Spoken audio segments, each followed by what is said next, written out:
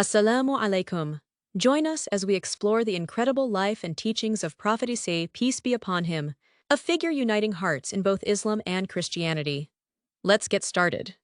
In the peaceful town of Nazareth, a young woman named Maryam lived a life of devotion and grace. Known for her piety, she often withdrew to pray in solitude, seeking closeness to Allah. One day, while enveloped in prayer, an extraordinary visitor appeared, an angel named Jibril. Maryam, he greeted her softly, "You have been chosen by Allah for a sacred purpose. You will bear a special child, a servant of Allah who will guide the people." Maryam's heart raced with both wonder and fear. "How can this be?" she questioned, her voice trembling. "I am not married, and I have never been with a man," the angel reassured her. "It is the will of Allah. When He says, 'Be,' it is." As the days passed, the truth of the angel's words began to unfold, and Maryam found herself feeling the weight of an extraordinary burden. When the time came for her to give birth, she experienced deep pain and despair. Alone, she cried out, wishing she had never known this suffering. Yet, in her moment of anguish, a gentle voice comforted her. It spoke of strength and solace, instructing her to eat from the dates and drink from the flowing water nearby. With renewed strength, she welcomed her newborn son, cradling him with a mix of awe and love. When Maryam returned to her people, a wave of shock washed over them. "Maryam, how could you do this?" they gasped. But before she could speak, a miracle unfolded. Her infant son, Hazrat Isa, spoke from the cradle, declaring, "I am a servant of Allah. He has given me the book and made me a prophet."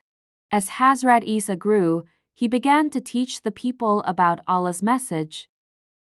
He performed many miracles to show Allah's power and love. He healed the sick, restored sight to the blind, and even raised the dead. One day, as he taught, a group brought forth a woman accused of wrongdoing, ready to punish her with stones. The crowd gathered, eager for justice. But Hazrat Isa looked upon them and said, "Let the one among you who has never done wrong throw the first stone." One by one, the accusers realized their own faults and walked away. With compassion in his eyes, he turned to her, saying, "Go and sin no more."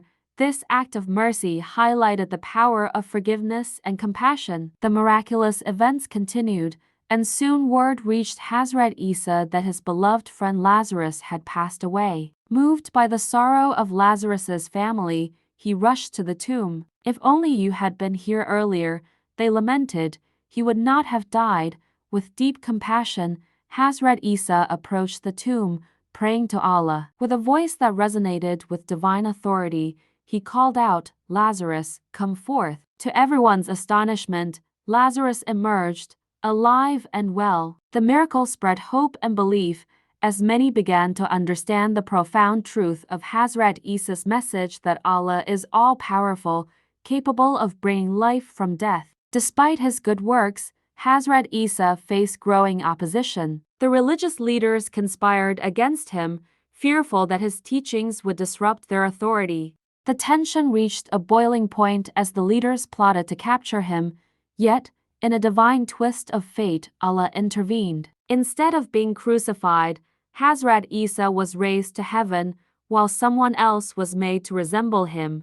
I hope you found this content insightful. After thorough research, I strive to provide information based on the Quran and Hadith. We have many exciting topics to explore together, so stay tuned. Your likes, subscriptions, and comments mean the world to me and keep me motivated.